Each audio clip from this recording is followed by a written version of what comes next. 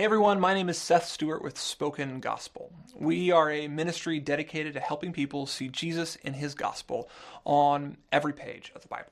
So, Jesus' disciples have just asked him who will be the greatest in the kingdom of heaven.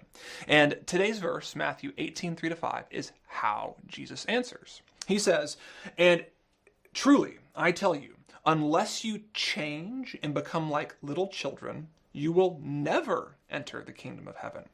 Therefore, whoever takes the lowly position of this child is the greatest in the kingdom of heaven.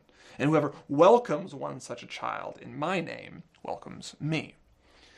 Notice that Jesus immediately responds to a question about greatness in his kingdom with an answer about entering his kingdom.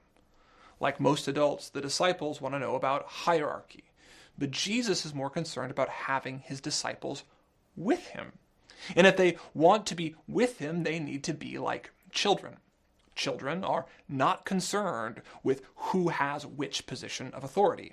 Children know they have none.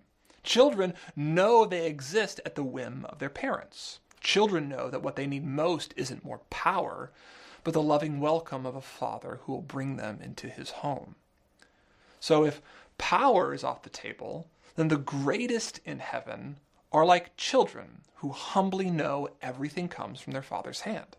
The greatest then are those who ask God for the most, because their father and king will always provide it. Becoming like a child is ultimately, though, becoming like Jesus. He is the child of God, who didn't concern himself with authority, but became humble and lowly on the cross. Jesus is the greatest in the kingdom because he knew his Father would give him life from the dead when he asked. Being a child is about being needy, dependent, and knowing who to ask for help. So, be encouraged today. You don't need to bring anything to God except your need of him.